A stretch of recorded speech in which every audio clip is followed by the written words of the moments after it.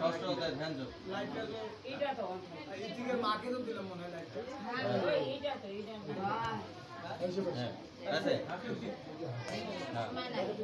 তাহলে আছে আমাদের হচ্ছে মানে ষষ্ঠ অধ্যায় ধ্যান যোগে ভগবান হচ্ছে প্রথম শ্লোকে বলতেছে যে শ্রী ভগবান উবাচ বলছে অনাশ্রিত কর্ম ফলম কার্যম কর্ম করতি ইয়ঃ স সন্ন্যাসী চ যোগী চ ন নিরোগী স ক্রিয়া।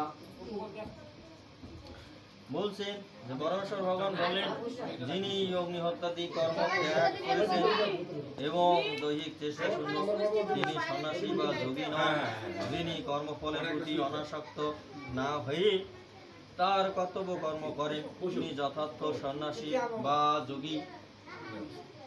যে বলছে যে যে হচ্ছে মানে অগ্নিহত্যাদি কর্ম বা মানে দেহের যে কর্ম, অগ্নিহত্যাদি কর্ম আর দৈহিক যে কর্ম বা মানসিক কর্ম বা কায়িক কর্ম, মানুষ দুই ধরনের কর্ম করে না, একটা শারীরিক একটা মানসিক। এই হচ্ছে শারীরিক ও মানসিক কর্ম ত্যাগ করেছে, হ্যাঁ, তারা হচ্ছে মানে যোগীও না সন্ন্যাসীও না।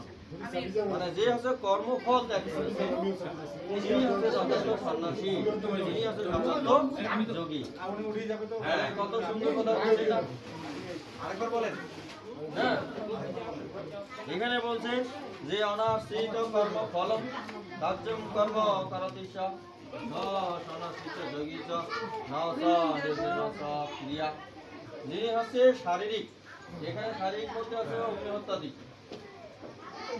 এবং মানসিক, এই দুইটা কর্মই হচ্ছে ত্যাগ করেছে এবং কর্মফলের প্রতি তার কোনো আশা ত্যাগ করেন না, তিনি হচ্ছে সন্ন্যাসীও নন যোগীও নন, তিনি কিছুই নন।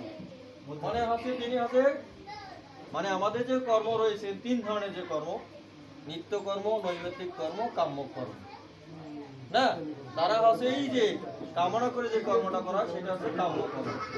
যেটা হচ্ছে আমরা হচ্ছে ধরেন অনেক সময় আছে হঠাৎ করে বাড়িতে হচ্ছে পূজা করি,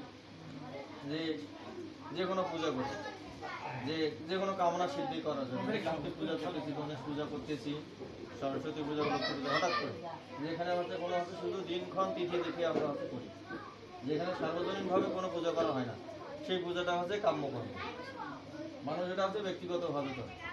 আর নিত্যকর্ম যেটা হচ্ছে আমাদের প্রতিদিনই যেটা আমরা করি, যে এই যে 30 সন্ধ্যাতে দেই, এই 30 সন্ধ্যাটা হচ্ছে নিত্যকর্ম। আর হচ্ছে নিত্যকর্ম, কর্মকর্ম আর নৈমিত্তিক কর্ম, যেমন আমরা আছে দুর্গা পূজার সময় দুর্গা পূজা করি, কালী পূজার সময় কালী পূজা করি, পূজা করি, সেটা হচ্ছে আমাদের হচ্ছে নৈমিত্তিক কর্ম। মানে ওই কর্মটা হচ্ছে আমরা বাধ্য হয়েই করি, মানে দর্শনগতি ভাবে করি, মানে ইচ্ছা না থাকে আমাদের এখানে কামনা বাসনা কোনো কিছু থাকে না, মানে সাথে সাথে বছরে বছরে আমরা হচ্ছে এই কর্মটা সম্পাদন করে থাকি, সেই কর্মটা হচ্ছে আমাদের নৈমিত্তিক। তাহলে কর্ম হচ্ছে তিন ধরনের এবং হচ্ছে গীতার 4র্থ অধ্যায় অনুযায়ী কর্মকে আবার 3 ভাবে ভালো হয়, যে কর্ম, অকর্ম, বিকর্ম, কর্ম, অকর্ম ও বিকর্ম, ওইখানেও 3 ধরনের বলা হয়। এই 3টা ধরনকে এর ভিতরে হচ্ছে প্রবেশ করানো যায়, যে এই যে মার্গ আছে কর্ম, অকর্ম, বিকর্ম, না, মানে বিকর্ম মানে যে কর্মটার ভিতরে আছে আপনার আছে কামনা বাসনা থাকে এবং হচ্ছে কোনো বিধিবিধান থাকে না, কামনা বাসনা থাকে কিন্তু কোনো বিধিবিধান থাকে না, সেই কর্মটা হচ্ছে বিকর্ম।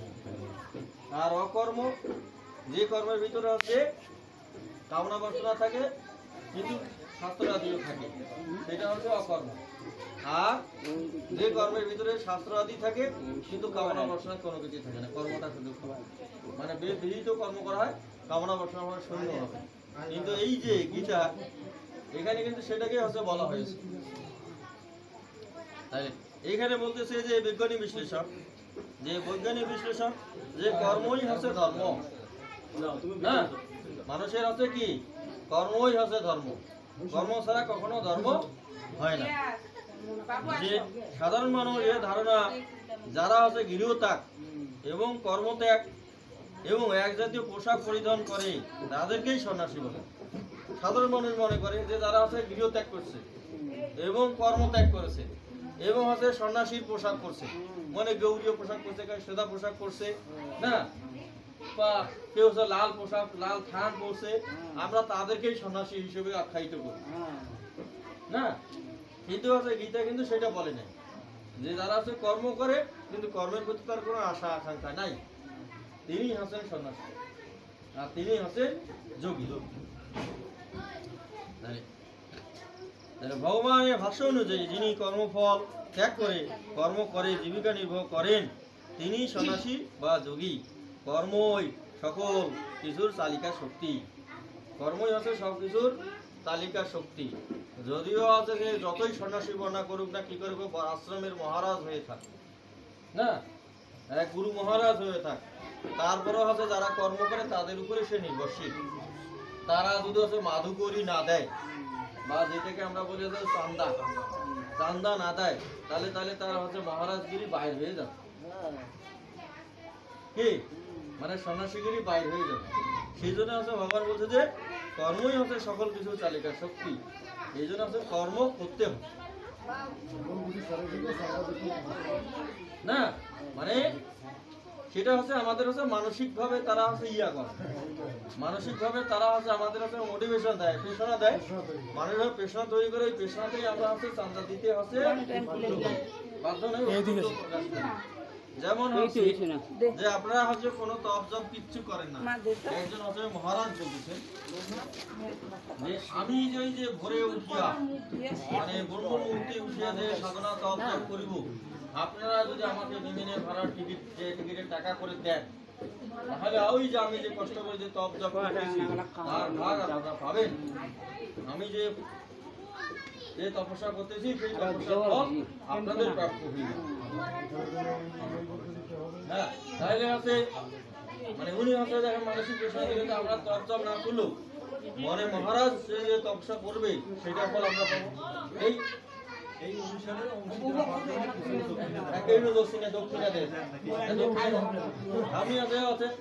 আমি যে তপস্যা করবো এটার ফল আপনার প্রাপ্য হবে না, তাহলে আমরা তো তপস্যা করি না, তাহলে দিয়া দিচ্ছি যে মহারাজ করবে আমাদের হয়ে যাবে।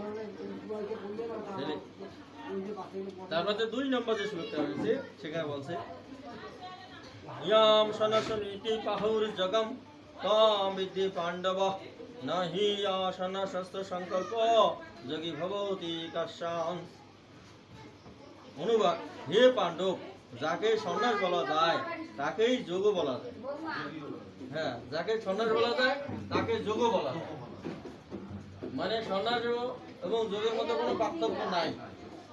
যাকে সন্ন্যাস বলা যায় তাকে যোগ বলা যায়, কারণ ইন্দ্রিয় সুখ ভোগের বাসনা ত্যাগ না করলে কখনোই যোগী হওয়া যায় না। আর আছে ইন্দ্রিয় সুখ ভোগের বাসনা ত্যাগ করে নেওয়া যায়, তার সন্ন্যাসীও হওয়া যায় না। এই জন্য আছে এরপরে যে এর আগে যে অধ্যায়টা ছিল যে সন্ন্যাস যোগ না, তারা সন্ন্যাস যোগের আছে ওইখানে আমাদের যে 9টা যে দ্বার আছে, মানে 9টা দ্বারের আছে সংযমের কথা এখানে বলা হয়েছে, মানে নবদ্বারের সন্ন্যাসের কথা বলা হয়েছে। হ্যাঁ, 9টা দ্বারের সন্ন্যাসের কথা এখানে স্পষ্ট হয়ে বলা হয়েছে যে 9টা দ্বারে কি কি থাকে।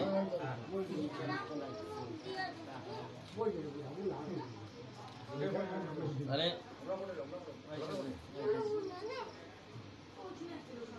এইখানে বলছে যে নৈব কিঞ্চিত করমিতি, মানে পঞ্চম অধ্যায় মানে কর্ম সন্ন্যাস যোগ হয়েছে, সেখানে 8 নম্বর এবং 9 নম্বরে মানে যে কে সন্ন্যাসী হবে তার এখানে ব্যাখ্যা দিয়েছেন, মানে কারা সন্ন্যাসী।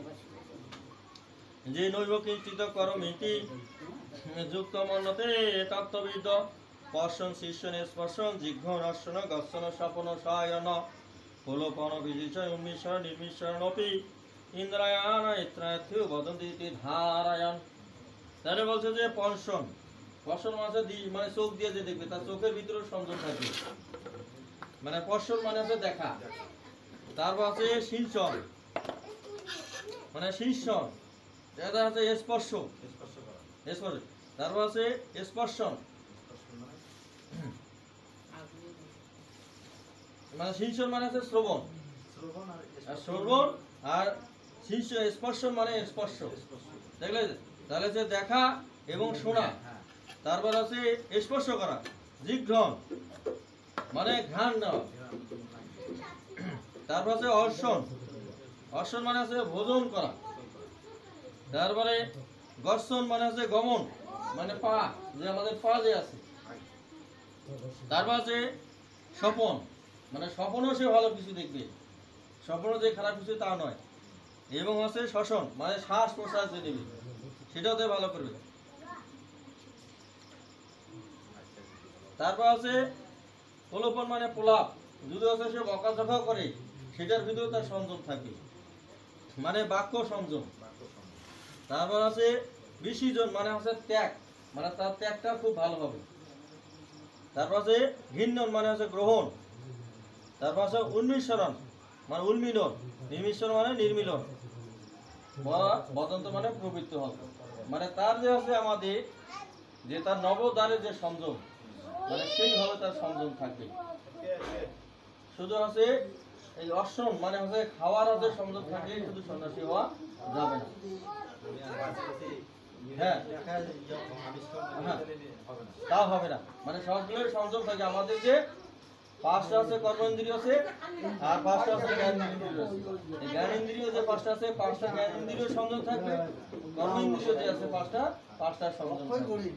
তারপর যে নৈব কিঞ্চিত করমতি যোগী মন্যতে তত্ত্ববিদ অর্ষণ শিষ্য স্পর্শন জিগ্র অর্ষণ দর্শন স্বপন শয়ন হলো পাওনা বিজিষয় উন্মিশন নির্মিশন কি ইন্দ্রার্থান ইন্দ্রার্থে বদন দিতি ধারায়।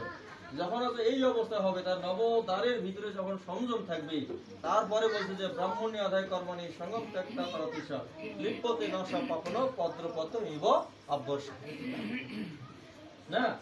সেই জন্য আছে যারা হচ্ছে ব্রহ্মে একনিষ্ঠ হইয়া যখন কর্মফল ত্যাগ করিয়া যখন কর্মে ব্যবহৃত হইবে, তখন হচ্ছে পদ্ম পাত্রার মধ্যে যেমন জল রাখলে জল যেমন হচ্ছে পদ্ম পাতাকে স্পর্শ করতে পারে না, সেরকম হচ্ছে কর্ম যদি পুরুষ সকল ধরনের কর্ম হচ্ছে সম্পাদন করলেও তাকে কর্মের ফল ভোগ করতে হয় না। এখন আমার শ্বাস প্রশ্বাস কিভাবে সংযম করবে? আপনি এই দিক দিয়ে যাচ্ছেন, এটা মা বন্ধ ভ্রান্ত না করে সংযমটা কাটে না। তাহলে আছে এই যে আমাদের আছে যে ওই যে জপ, আমরা জপের উপরে তো সবসময় আছে গুরুত্ব দেই, তাই না? জপের কথা সবসময় বলি না। জপ আছে মানুষ আছে 4 ধরনের জপ আছে। জপ 4 ধরনের, জপের যে স্তর আছে 4 ধরনের, মানে 4টা স্তরে আছে মানুষের হচ্ছে জপ সম্পাদন হয়। একটা হচ্ছে আপনার প্রথমে হচ্ছে বখরি, বেখরি, বয়কারে বে খ বয়সের দীর্ঘি, বেখরি, তাহলে বেখরি একটা জপ। তারপর আছে মধ্যমা একটা হচ্ছে জপ, তারপর আছে প্রশস্তি একটা হচ্ছে জপ, আর পড়া হচ্ছে একটা জপ। তাহলে বেখরি যে জপটা করা হয় মানে উচ্চ স্বরে যে জপটা হয়, যেমন আছে আমরা যদি হচ্ছে হরে কৃষ্ণ নাম যদি জপ করি যে কীর্তন করিয়ে যে যেটা হয় সেটা হচ্ছে বেখরি জপ। হ্যাঁ, আর অন্য অন্য ধর্মাবলম্বীরা আছে যে মানে তারা যে জপটা করে চিল্লি চিল্লি যে জিকির করে ওইটা হচ্ছে বেখরি। মানে আমাদের হচ্ছে হরিবর্ষের যে কীর্তনটা হয় সেটা হচ্ছে বেখরি জপ। আর 2 নম্বর যে জপটা আছে মধ্যমা, মানে এই যে যেখানে আমরা হচ্ছে যে ধ্যান করি না, যে আমরা হচ্ছে নিজের হচ্ছে নিজেই হচ্ছে ইষ্টমন্ত্র জপ করি, যেখানে হচ্ছে আশেপাশের লোকও হচ্ছে টের পাবে না, সেইটা হচ্ছে অন্তরে অন্তরে দেখবে, সেটা হচ্ছে মধ্যমা জপ। আর হচ্ছে প্রশস্তি, প্রশস্তি একটা জপ, যে জপটা হচ্ছে কি হয় মানে আপনি শুরু করতে না চাইলে তো আপনার অটোমেটিক জবটা চলে আসে। আপনার যদি জব করার ইচ্ছা নাও, তারপর অটোমেটিক আপনার থেকে আপনার ভিতরে জব শুরু হয়ে যায়, মানে প্রশস্তি জবটা মানে আপনার থেকেই শুরু হয়ে যায়। ধরেন আপনি মনে করেন জব করে এমন অভ্যাস হয়ে গেছে না, মানে ঘুরিবার যাচ্ছেন অন্য কোনো চিন্তা না আসে আপনার কাছে জবের কথা চিন্তা হয়ে, তারপর হচ্ছে কাজ করতেছেন, হ্যাঁ মনে করেন আপনি দোকানদারি করতেছেন, কাস্টমার চলে গেল, আপনার মনের ভিতরে আবার জবটা চলে আসে, আপনার থেকেই চলে আসে। মানে যেখানে আপনি 3 সন্ধ্যা বা 6 সন্ধ্যার উপর নির্ভর করে না এই জবটা। যেমন আছে যারা আছে মনে আছে বাইবেল মুখস্থ করেছেন, কোরআন মুখস্থ করেন, গীতা মুখস্থ করেছেন না, ত্রিপিটক মুখস্থ করেছে। দেখবেন যে তারা যদি হাঁটতে হাঁটতেও দেখবেন যে হচ্ছে আমি যেমন আছে হাঁটি না, হাঁটলে আছে আমি আছে ধরেন এইভাবে, ধরেন আমার আছে মনে পড়ে গেল, মানে গিটার হচ্ছে যখন শুরু করছে আমি নিজেও টের পাইছি যে ধর্মক্ষেত্রে গুরুক্ষেত্রে সমাজরা যদি সৌমেকা পান্ডা দৃষ্টাতে বলে নিচ্ছি ঘুমাচ্ছে ওকে হচ্ছে মনে হচ্ছে আমি গিটার গান মানে হচ্ছে যে এরকম সেরকম করতে মানে এবার হচ্ছে জব আমি শুরু করে দিলাম না, যে ইদম গানে উপাসিত মোহাম্মদ সদরঙ্গের স্বর্গ অভিনব পর্যন্তে পলানে বেদান্তি মহাজনী মহাগত শূন্যতা হয়ে সম্ভব সর্বভূতন তত ভবতী ভারত, মানে এভাবে হচ্ছে আমার হচ্ছে জবটা অটোমেটিক চলে আসতেছে আপনার থেকেই চলে আসবে। সেই অটোমেটিক বলা হয় প্রশস্তি, মানে প্রশস্তি। আর প্রশস্তির পরে হচ্ছে আপনার পরাজ, মানে যখন হচ্ছে আপনার যখন এমন এক পর্যায়ে চলে যাবে তখন হচ্ছে পরমাত্মা আপনার সামনে এসে উপস্থিত হবে। আর সৃষ্টিকর্তার স্বরূপ আমি আপনি জানার কাছাকাছি মানে সৃষ্টিকর্তা আপনার দেখা দিচ্ছে বা দিচ্ছে না, দেখা বা দিচ্ছে না, মানে এই যে অবস্থাটা। আর এক সময় হচ্ছে আপনি সৃষ্টিকর্তাকে দেখে দর্শন করে ফেলবেন, মানে সেই অবস্থাটাকে বলা হচ্ছে পড়া। বুঝতে পেরেছেন? তাহলে এই যে জবের হচ্ছে 4টে স্তর রয়েছে, এটাকে বলা হচ্ছে প্রাণায়াম। এটা হচ্ছে প্রাণায়াম, যেটা হচ্ছে আমাদের গীতাতে হচ্ছে চতুর্থ অধ্যায় আছে, চতুর্থ অধ্যায় হচ্ছে 29 নম্বর শ্লোক রয়েছে, মানে জ্ঞান যোগ 29 নম্বর শ্লোকে এই সম্পর্কে বর্ণনা দেওয়া আছে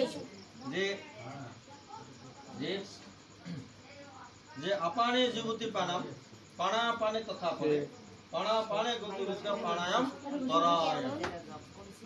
হ্যাঁ, তাহলে হচ্ছে আপানে জীবতি প্রাণ, এই যে প্রাণ ভাই আপনি শ্বাস যে প্রশ্বাস, এই যে শ্বাস ও প্রশ্বাসের যে নিয়ন্ত্রণটা, মানে জবটা নিয়ন্ত্রণ, এই যে শ্বাস প্রশ্বাসের নিয়ন্ত্রণটা আপনার এমন এক পর্যায়ে চলে যাবে যেটাকে আপনার পরমের সাথে আছে আপনাকে যুক্ত করে দিবে। যে আপানে জীবতি প্রাণাম পানা পানে তথা পরে প্রাণায়াম পরায়ণা, ঠিক আছে? প্রাণায়াম পরা আপানে জীবতি প্রাণাপানে তথা প্রাণায়াম পরায়ণা প্রাণাপানে তথা, যেমন আপনার কাছে পরম যে পুরুষের সাথে আপনাকে মিল করে দিবে।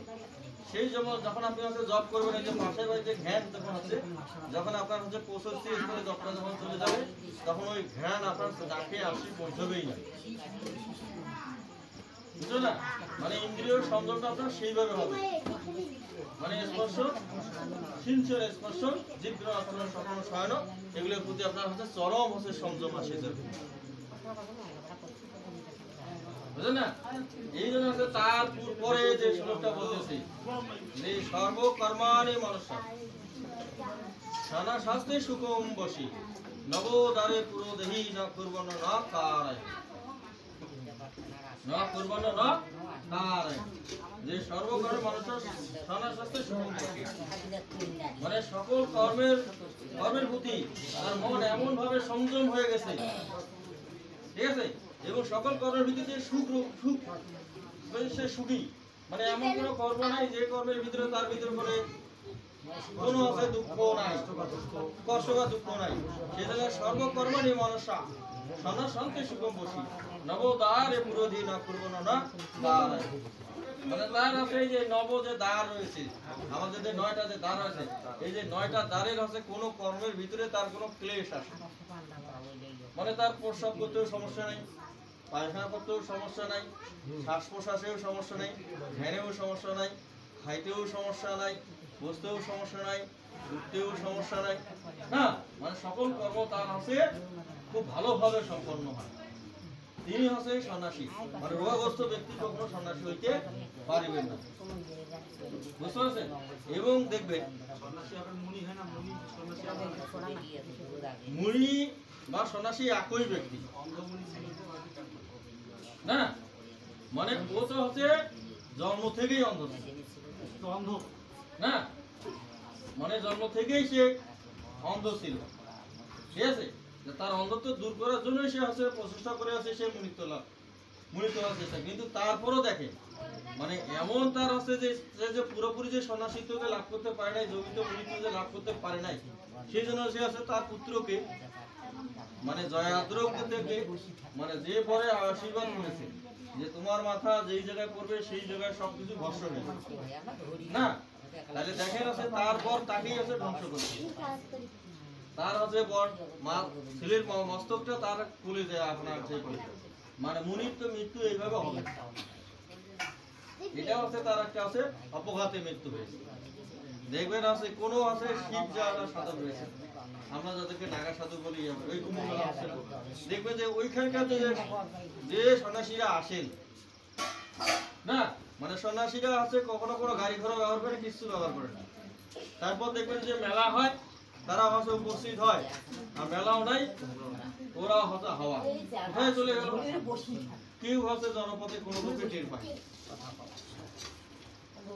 আর এত বন্ধগুলো খুঁজতে হবে পৃথিবীতে, তাহলে হচ্ছে তারা নিজেকেও হচ্ছে গোপন করার সামর্থ্য এবং ক্ষমতা অর্জন করেছে। তাহলে সেই হচ্ছে সন্ন্যাসী হইতে পারে। এবং হচ্ছে কোনো হচ্ছে দেখবেন হচ্ছে নাগা সাধু বা কোন সাধুর মৃত্যুর খবরও কিন্তু পাওয়া যায় না। তারা হচ্ছে নিজেই নিজেকে বিলীন করতে পারে, তাদের কোনো মৃত্যু সংবাদ কিন্তু পাওয়া যায় না। পেয়েছি কোনো জায়গায় না, পাই নাই। পাওয়া যদি যাইতো তাহলে অবশ্যই খবর হইতো। হ্যাঁ, মাইক দিয়ে বলা হইতো না, তারপরে ঘোষণা হইতো যে একজন নাগা সাধু এখানে মারা গেছে, না একজন সাধু ব্যক্তি মারা গেছে। না হইলেও আছে এখনকার যে মিডিয়া, হ্যাঁ এরকম কোনো প্রচার হয় নাই। সাধু কিন্তু মারা গেছে এরকম কোনো সংবাদ পাওয়া যায় না। তারপর হচ্ছে যে সন্ন্যাসী কে, বুঝলেন না, বা প্রভু আমরা যে কে বলছে, তাই সেটাও আছে বর্ণনা দেওয়া আছে আমাদের কর্মসন্ন্যাস যে ন কর্তৃত্বম ন কর্মণি, ন কর্তৃত্বম ন কর্মণি।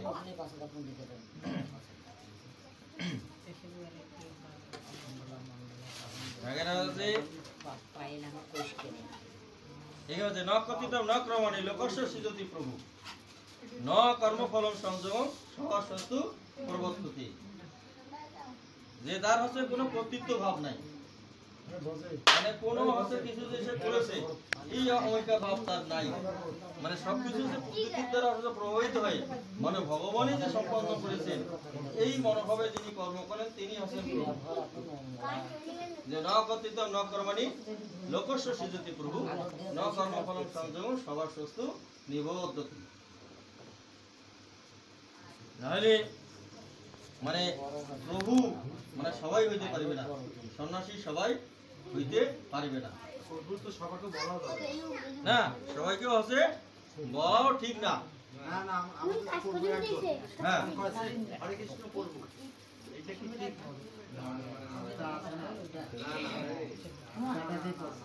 সবাইকে বলা যাবে, মানে যদি আপনি খুবই মহাজ্ঞানী হন, মানে আপনার জ্ঞানে এমন পরিসীমা রয়েছে যে জ্ঞানের সাহায্যে ভগবান সৃষ্টিকর্তা যে হচ্ছে রূপে মানে তার ভিতরে যে বিরাজ করেছে আপনি সেটা হচ্ছে দেখতে পাচ্ছেন, মানে আপনি হচ্ছে সেটা দর্শন করতে পারতেছেন, তাহলে আপনি প্রভু বলতে পারবেন, ঠিক আছে। আর তাছাড়া যদি আপনার হচ্ছে ওই ভাব যদি না আসে যে ইনি একটা সাধারণ ব্যক্তি, না ওই অমুক এ তমুক, না তাহলে আপনার হচ্ছে প্রভু বলে স্বীকার করে কোনো লাভ নেই। অভ্যাস, এটা অভ্যাস করা হচ্ছে। তাহলে হচ্ছে 3 নাম্বার যে শ্লোকটা আছে আমাদের যে ধ্যান যোগের আছে বা অভ্যাস যোগের 3 নম্বর যে মন্ত্রটা রয়েছে শ্লোকটা রয়েছে, হ্যাঁ বলছে যে আরুরুক্ষ মনের যোগম কর্মকারণম উচ্যতে যোগরস্তু তস্যৈব সমকারণম উচ্যতে। বলছে যে যোগে আরুরুক্ষ মুনির পক্ষে নিষ্কাম কর্মই যোগ সিদ্ধির কারণ, নিষ্কাম কর্মই যোগ সিদ্ধির কারণ। যারা হচ্ছে মনে করছে সৃষ্টিকর্তাকে পাইতে চায় তার হচ্ছে নিষ্কাম কর্মই একমাত্র হচ্ছে উপায়, কিন্তু কর্ম ত্যাগ করিয়ার নয়। যে বলছে যে যোগে আরুরুক্ষ মুনির পক্ষে নিষ্কাম কর্মই যোগ সিদ্ধির কারণ, যে যোগ হলে চিত্তের সমতায় ব্রহ্মস্থিতে নিশ্চল থাকার কারণ বা উপায় হয়। বৈজ্ঞানিক বিশ্লেষণ এখানে হচ্ছে এখন আপনি যে আছে সকল কর্ম যে আছে ভগবানকে যে অর্পণ করবেন, আমাদের যে আছে এই যে কর্ম ইন্দ্রিয় এবং জ্ঞান ইন্দ্রিয়গুলো যে রয়েছে এবং আমাদের শরীরের ভিতরে যে 9টাতে দ্বার রয়েছে, দ্বার রয়েছে না, এগুলো তো আছে বিভিন্ন দিকে বা বিভিন্ন ভাবে বিক্ষিপ্ত হয়। বিক্ষিপ্ত হয় কিনা? যেমন আপনি বলেন যে পাশের বাড়িতে আছে একটা তরকারি রান্না করেন, তার ঘ্রাণটা আমার নাকে কাছে চলে আসে, তাহলে এটাকে আমাদের সংযম করতে হবে। সংপূর্ণ নয়, কথা হইলো কি এখন দেখা গেল আপনি বৈষ্ণব লোক, আপনার প্রতি ওইটার লোভ যাবে না, ওইটার প্রতি লোভ হলো আপনার এই যেমন দেখা গেল ওইখানে গরু গাড়ি দিয়েছে, আমরা গরু কি দেখি আমার গরু বস্তু দেখি যে নারী আমাকে দেখি, আমরা দেখি না কেন, আমরা হিন্দু মানুষ, সেই জন্য পরিচিত মনে ওইভাবে থাকবে। কিন্তু তুই যদি এখন বস্তুর দিকে লোভ যায় তাহলে তো হইবে না। হ্যাঁ, সেই জন্য আছে এই যে এই অবস্থাটা নিয়ে আসার জন্য আমাদের আছে অষ্টাঙ্গ যোগের কথা এখানে বলা হয়েছে। অষ্টাঙ্গ যোগ তাহলে বলছে যে যে অষ্টাঙ্গ যোগ যেমন আছে এখানে অষ্টাঙ্গ যোগের আছে ধাপ রয়েছে, যে যম নিয়ম, যম মানে হচ্ছে সংযম করা, যম নিয়ম, আসম, প্রাণায়াম, প্রত্যাহার, ধারণা, ধ্যান ও সমাধি, মানে এই যে 8টা যে স্তর রয়েছে, এই 8টা স্তরকে বলা হচ্ছে অষ্টাঙ্গ যোগ। এই 8টা স্তরে যখন মানে আমরা হচ্ছে কাজ যখন করতে পারবো, তখন হচ্ছে আমাদের হচ্ছে চিত্রটা হচ্ছে সৃষ্টিকর্তার প্রতি স্থির হবে। মানে যখন আমরা ধ্যান এবং সমাধি পর্যায়ে যখন চলে যাব, তখন আমরা হচ্ছে আমাদের হচ্ছে ব্রহ্ম স্থিতি লাভ হবে, মানে ব্রহ্মের প্রতি স্থিতি আসবে। যে যোগ সাধনার পথে নতুন হলে কতগুলি ধাপ অতিক্রম করতে হয়। যে সম হলো হচ্ছে অন্তরের জড় বাসনা ত্যাগ করা, সম হচ্ছে অন্তরের জড় বাসনা ত্যাগ করা।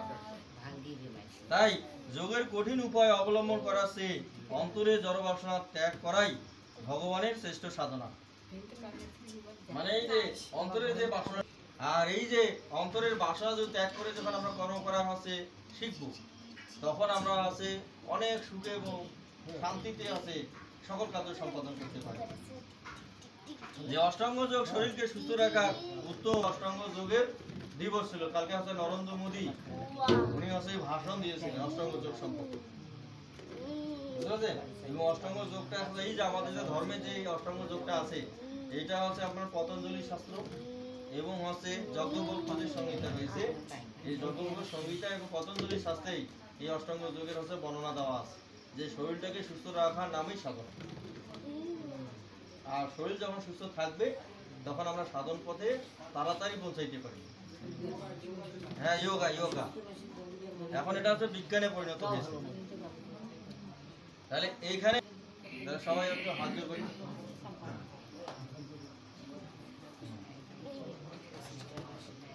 মানে হাত জোড় করি আছে একবারে ফুল টুল দিয়ে দিই আর